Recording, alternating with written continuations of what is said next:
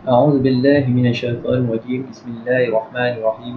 الحمد لله رب العالمين، والصلاة والسلام على أشرف الأنبياء والمرسلين وعلى آله وأصحابه أجمعين.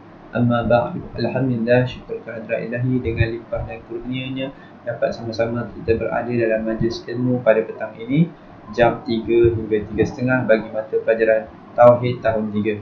InsyaAllah ya, pada dalam masa 30 minit ini kita cuba mempelajari unit pertama sampai habis ya.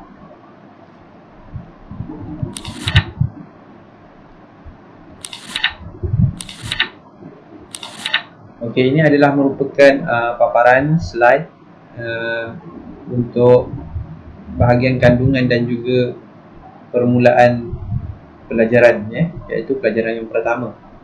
Okey, kalau kita lihat pada kandungan, kita ada lebih kurang 4 tajuk utama pada tahun ini, iaitu beriman kepada Rasul yang dibahagikan kepada 3 bahagian ataupun 3 unit, iaitu pengertian hukum dan dalil beriman kepada Rasul. Yang kedua, pengertian Rasul dan perbezaan Nabi dengan Rasul ya. Yang ketiga adalah Rasul Ulul Azmi. Pelajaran yang kedua, iaitu taat kepada Rasulullah SAW.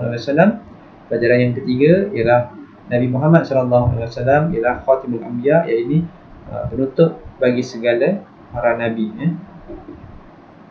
Yang pelajaran yang keempat ataupun yang terakhir adalah menceritakan tentang sifat Allah Subhanahu Wa Taala yang wajib dan yang mustahil secara asasnya untuk murid sekolah rendah. Okey, kita mulakan dengan pelajaran pertama, iaitu beriman kepada Rasul ya. Di akhir pembelajaran, murid akan dapat pertama, menyatakan pengertian beriman kepada Rasul ya. Kedua, menyatakan hukum beriman kepada Rasul. Yang ketiga, menghafaz dalil naqli beriman kepada Rasul ya. 3 perkara ini mestilah diperolehi daripada murid-murid ya.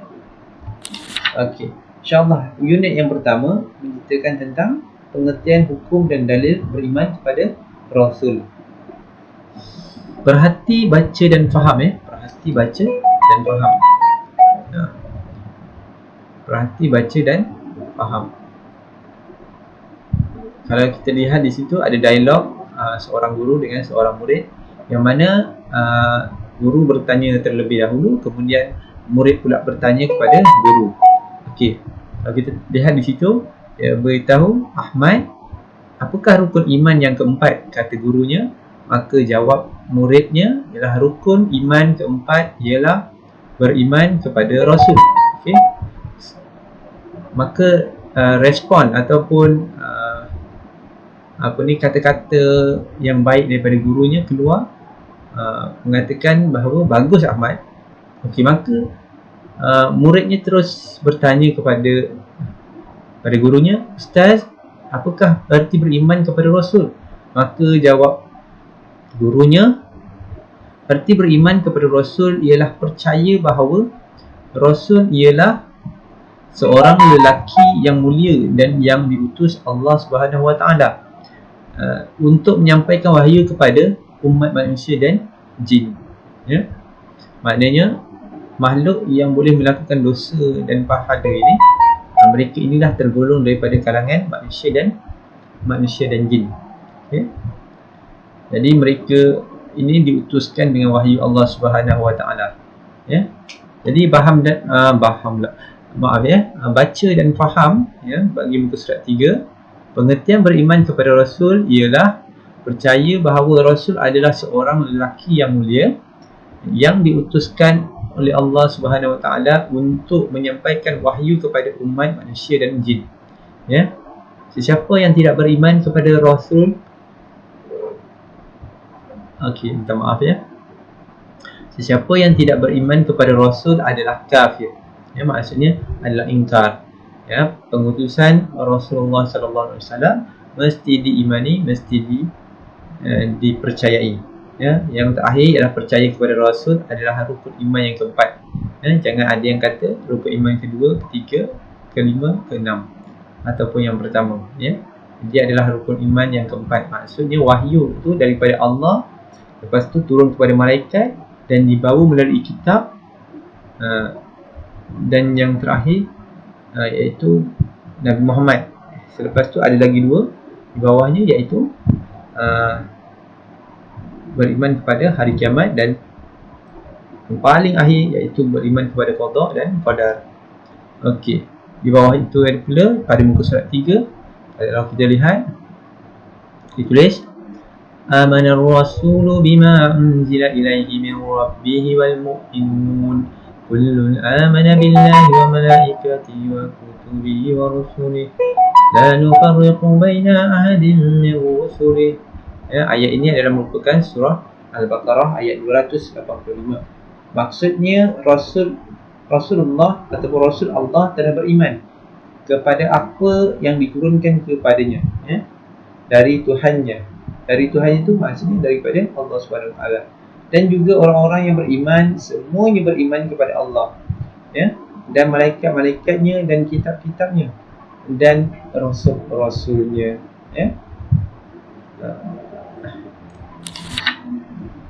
Ini adalah aktiviti murid dalam kumpulan. Ini kalau mengikut pada buku teks. Murid dalam kumpulan perlulah membaca dan memahami ayat 285 surah Al-Baqarah. Itu menghafaz ayat 285 surah Al-Baqarah.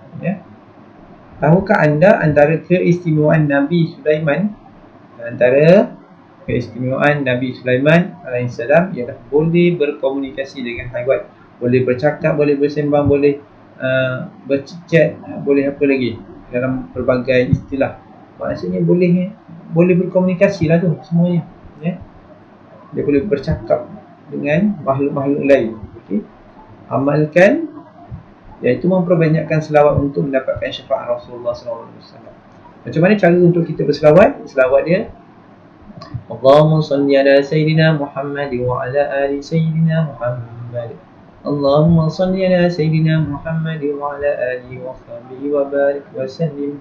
Allahumma salli ala Sayyidina Muhammad wa ala ali Sayyidina Muhammad. Dia ada macam-macam versi.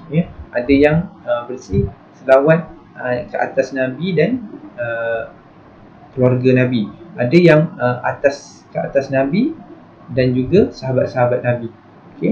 Jadi dia ada macam-macam pattern, dia ada macam-macam rupa selawat. Jadi Allahumma salli ala Sayyidina Muhammad, itu adalah secara mudah dan ringkas untuk selawat Nabi. Jadi sampai setakat itu sahaja. Kita akan sambung pada kemudian hari, ataupun akan datang, untuk subjek yang sama pada waktu yang sama. Jadi kita tutup majlis kita dengan tasbih kafarah dan surah Al-As.